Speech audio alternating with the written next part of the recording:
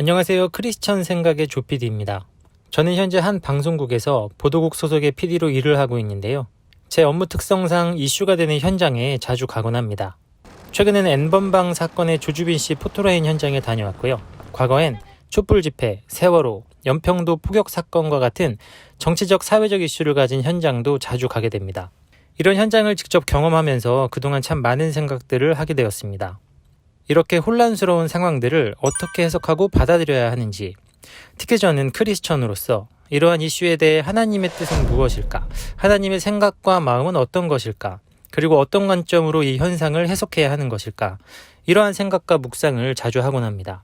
저뿐만 아니라 여러분들도 이런 생각 자주 하실 거라 생각합니다. 저는 그동안 이슈의 현장에서 했던 생각들과 묵상들을 이 채널을 통해 나누려고 합니다. 그리고 여러분은 어떻게 생각하는지 서로 소통하면서 더 성숙한 그리스도인으로서 사고하기 위해 이 채널을 만들었습니다. 저는 이 채널을 통해 정치적 이슈에 대해 언급은 하겠지만 그러나 이념이 들어간 판단은 하지 않겠다는 것을 분명히 말씀드립니다.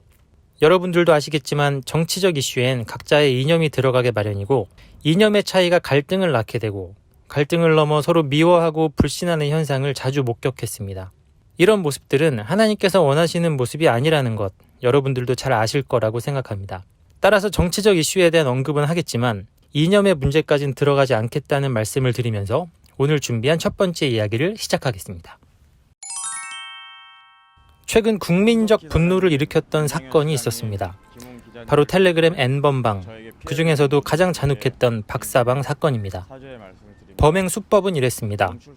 여성들에게 아르바이트 자리를 준다며 꿰어내어 여성의 신상 정보와 신체 영상을 손에 넣고 그것을 빌미로 더 잔혹하고 엽기적인 영상을 찍게 한 뒤 텔레그램방에서 공유하여 이득을 취했던 사건입니다. 충격적인 것은 피해자들 중에 많은 수의 미성년자가 포함되어 있다는 것입니다. 저도 딸아이를 가진 아버지로서 매우 분노를 느꼈습니다. 제가 지난주 조주빈 씨 얼굴을 공개하는 포토라인 현장에 다녀왔는데요. 그 현장을 보면서 크리스천으로서 들었던 생각들을 나눠보겠습니다. 돈과 성은 여전히 강력한 사단의 도구로 사용되고 있습니다. 이번 사건 역시 그랬습니다. 제가 즐겨 듣는 CBS 김현정의 뉴스쇼에 피해자 여성이 인터뷰를 했는데요. 2018년 당시 중학생이었던 미성년자였습니다. 생활비가 부족했던 여중생이 한 어플에 들어간 게 발단이 되었고 월 400만 원을 준다는 스폰 알바 광고에 반응하면서 범죄의 유혹에 빠져들게 되었습니다.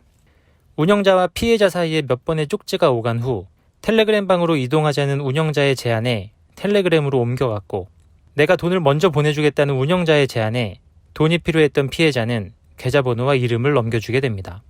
그 후 핸드폰 선물을 줄 테니 주소를 알려달라는 제안에 피해자는 주소와 핸드폰 번호까지 넘겨주게 됩니다. 중학생은 왜 이렇게 쉽게 개인정보를 넘겨주게 되었을까요? 생활비가 부족했던 중학생의 입장에서는 당장 생활비가 해결이 되고 핸드폰까지 선물로 먼저 보내준 상황이라 운영자를 신뢰할 수밖에 없는 상황이었습니다. 그러나 문제는 지금부터였죠. 처음엔 몸 사진만 요구했지만 몇 시간 후엔 얼굴이 포함된 사진, 그 후엔 교복과 스타킹, 그 후엔 도구를 사용하라는 강압적인 협박에 대략 40여 개의 영상을 보냈다고 합니다. 여중생은 왜 이러한 협박을 못 끊었을까요?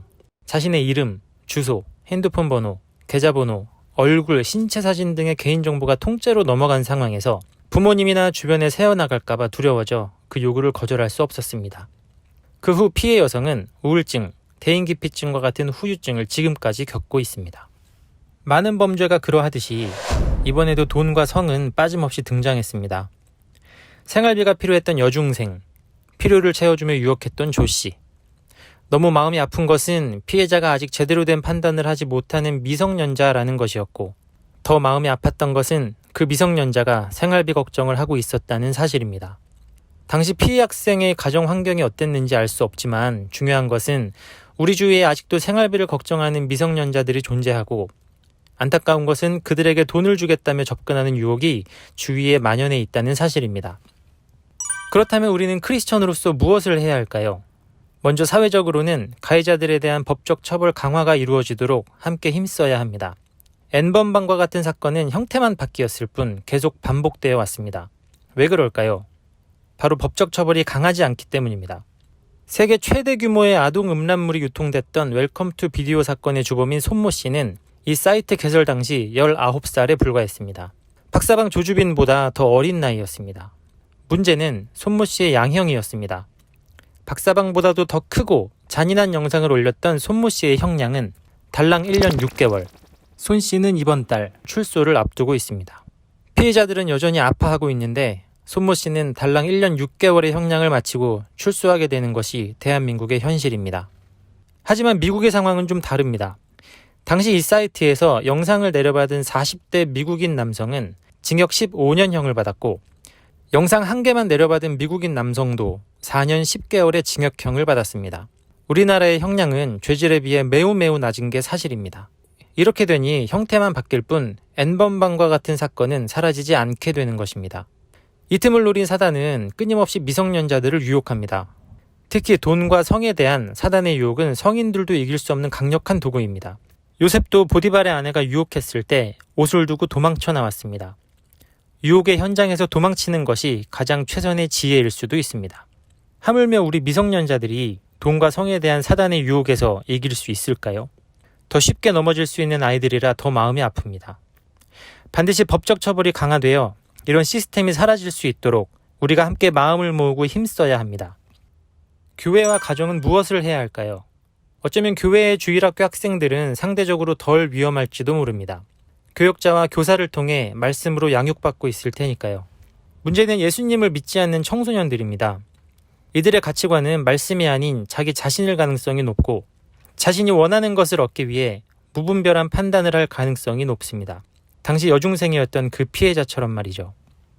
결국 돈과 성의 유혹에서 이길 수 있는 판단력은 말씀 안에서 갖추어야 합니다. 각자의 이성적 판단으로는 절대 이 유혹을 이길 수 없습니다. 이제 예수님을 믿는 우리들이 이들을 더 돌보아야 합니다. 우리 주일학교 학생들을 말씀으로 더 양육해야 하고 특히 우리 주위에 믿지 않는 청소년들을 우리가 더 돌아보고 필요를 채워주고 하나님께로 인도해 말씀 안에서 가치관이 세워질 수 있게 노력해줘야 합니다. 예수님의 심장을 가지고 배고픈 아이들에게 밥을 사주고 아이들이 유혹을 선택하지 않도록 지도해주고 말씀과 비전을 심어주고 이미 유혹에 빠진 아이들은 우리가 꺼내주어야 합니다. 우리가 더 아이들을 위해 헌신하고 돌보는 것이 하나님이 원하시는 것이라 생각합니다. 또한 성교육이 정말 중요합니다. 청소년의 성범죄율이 가파르게 상승하고 있고 방법도 과격해지고 있죠. 우리가 성교육에 대해 어색해하고 쉬쉬하는 사이에 디지털 환경은 급속도로 발전했고 결국 무분별한 영상과 범죄에 노출되는 것이 일상이 되었습니다. 하나님께서 허락하신 성에 대해 누군가는 입을 열어야 하는 시점입니다. 이미 늦었다고 생각합니다. 교회에서 하자니 목사님들이 어색해하고 가정에서 하자니 부모님들이 어색해하는 상황 속에서 무분별한 사단의 유혹은 우리 아이들을 계속해서 삼키고 있습니다. 올바른 성경적 성교육이 가능한 전문가가 있다면 하루빨리 컨텐츠를 만들어 주셨으면 좋겠습니다. 제가 여러 검색 사이트에서 찾아봤지만 아이들이 이해할 수 있는 시선에서 만든 컨텐츠는 찾아보기 힘들었습니다. 하나님께서 허락하신 아름다운 성에 대한 교육이 하루빨리 이루어졌으면 하는 바람입니다. 멈출 수 없었던 악마의 삶을 멈춰주셔서 정말 감사합니다. 조주빈 씨가 포토라인에서 했던 이 워딩이 저를 생각에 빠지게 만들었습니다. 멈출 수 없었던 악마의 삶을 멈춰주셔서 정말 감사합니다. 이 감사는 누구에게 한다는 것인가요? 대상이 없었습니다.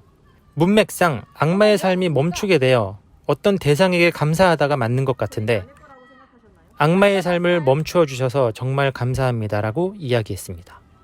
이 워딩만을 봤을 땐 뭔가 조 씨를 움직이고 있는 어떤 영적 존재가 있는 것처럼 들렸습니다. 우리 안에 선과 악이 존재하는 것처럼 말이죠. 조 씨 역시 봉사활동을 했던 모습과 범죄자의 모습이 동시에 자리 잡고 있었습니다. 이런 모습은 과연 조주빈 씨뿐일까요?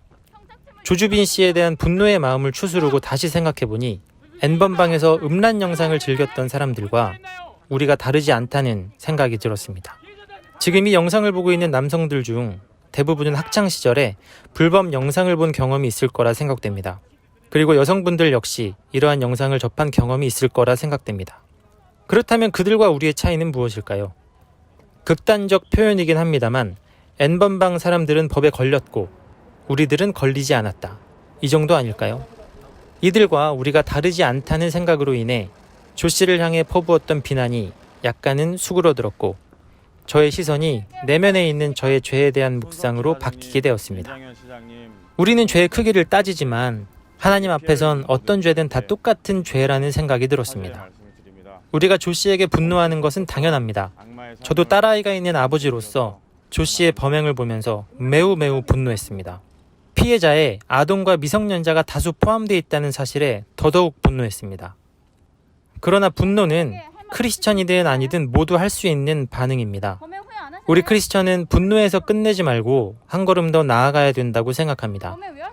그것은 이 사건을 통해 하나님 앞에서 내 자신의 모습을 돌아보는 것이라고 생각합니다. 조 씨가 했던 이 워딩, 멈출 수 없었던 악마의 삶을 멈추어 주셔서 정말 감사합니다. 이 말을 인용하기엔 현재 국민 정서상 맞지 않고 특히 이 워딩을 우리들의 묵상에 인용하기엔 우리들의 분노가 사그러지지 않았지만 그럼에도 불구하고 묵상할 때마다 생각이 드는 건 이 고백은 죄의 삶을 살고 있는 우리들이 하나님 앞에서 날마다 고백해야 하는 말이라는 생각이 듭니다. 거듭 말씀드리지만 조 씨의 행위에 대한 분노는 여전히 제 안에 남아 있습니다. 그러나 조 씨가 했던 이 말은 하나님 앞에서 제 모습을 돌아보게 하는 말이 되었습니다. 하나님, 멈출 수 없었던 악마의 삶을 멈추게 해주셔서 정말 감사합니다. 이 고백이 내 삶에 계속되길 기도합니다. 지금까지 크리스천 생각의 조피디였습니다.